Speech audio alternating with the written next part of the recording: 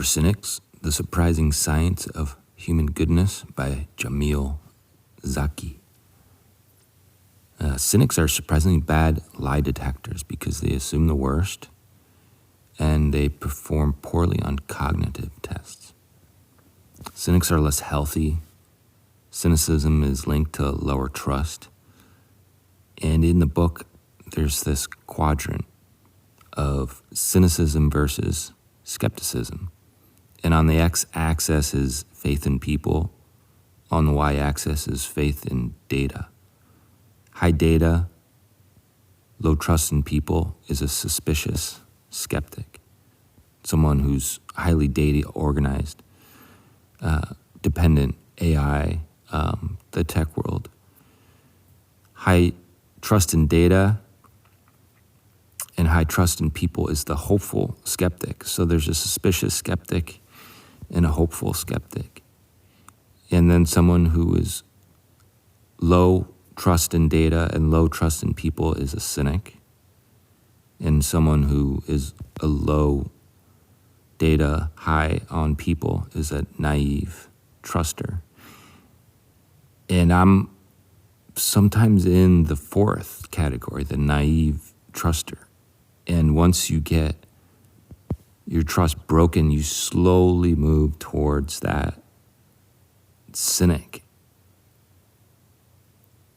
But I've always relied on data, so then I've been a suspicious skeptic. But with optimism, you can be hopeful. And with good data, you can be a skeptic and not a cynic.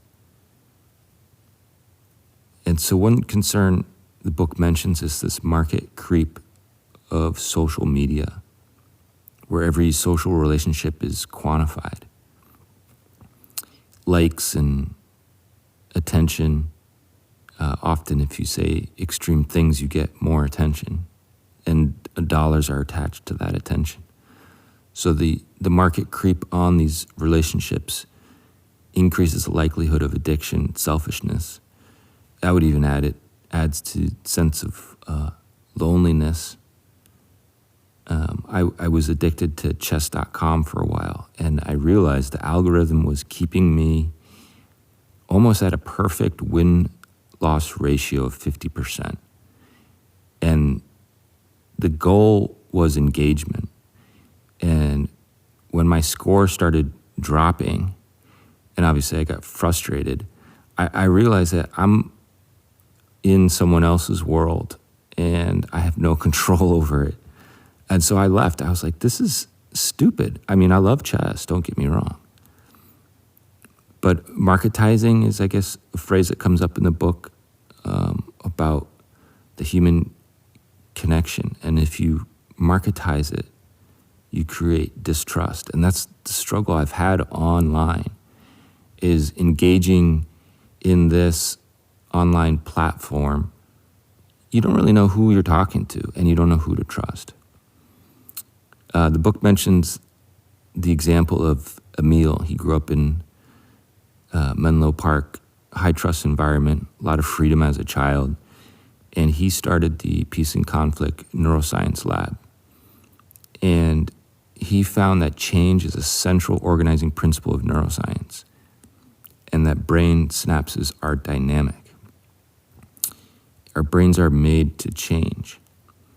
And it's interesting, these two scientists were recently awarded for their study on reinforcement learning, where they found that the brain is hedonistic and it rewards pleasure and avoids pain. And that's how it learns, is just by reinforcing hedonism, which kind of conflicts with the the moral thing.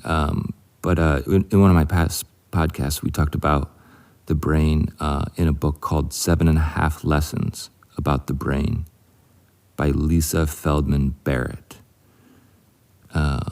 Loud trust in others are leaps of faith in people, but they will step up and perform.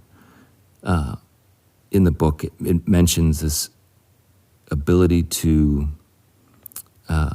trust someone And the data shows that they usually follow through. So the experiment where there's a lost wallet, 80% of the time it's returned. But we have a negativity bias where we underestimate people. Here's a quote from Kurt Vonnegut in the book: "We are what we pretend to be, so we must be careful about what we pretend to be." Further in the book, there are two types of people: the Homo economicus and the Homo collaboratus. And I found myself to be in the first category. This is a desire for wealth, a belief in social Darwinism. Jack Welch is a proponent, John D. Rockefeller, Elon Musk. And management is characterized by a rank and yank and a bottom line obsession. And I've found this with myself, just looking at the debt in the country and feeling a sense of, we need to rank and yank, and obsession with not wealth, but just prudent fiscal management. And, you hear people say, I'm fiscally conservative. Well, that's kind of the Homo economicus. But then Satya Nadella of Microsoft introduces this collaboration model, and it was instrumental in their success for adapting to the mobile world with their Microsoft 365 products, and then also embracing remote work, which required a great deal of trust.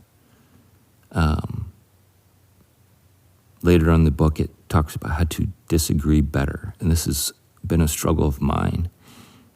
Ask questions instead of making statements. I'm seeing this in journalism, and to me that seems like a CYA to basically say something, but ask it as a question. Is someone guilty? Number 2 on how to disagree better. Understand people's stories behind their opinion. This is hard for me on a line because you don't know who has suffered something that their trauma's causing, them the way they think. When you're face to face in an intimate situation, you can really understand people's stories better because they'll tell you. Give credit where credit is due when there's common ground. That seems to be lacking because common ground is boring in the online world. I think people want the sensational fight because it's like the gladiator. It's entertainment. And then less confidence and being more unsure.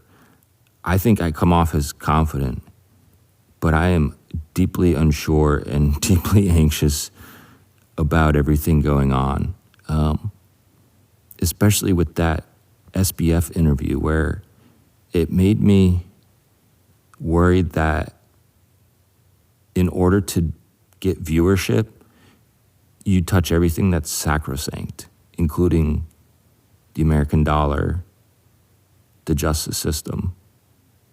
And so if everything gets questioned, no one's going to have any sense of solidarity or truth or reassurance. And so I'm unsure of everything, and that anxiety I think is becoming an issue for me personally.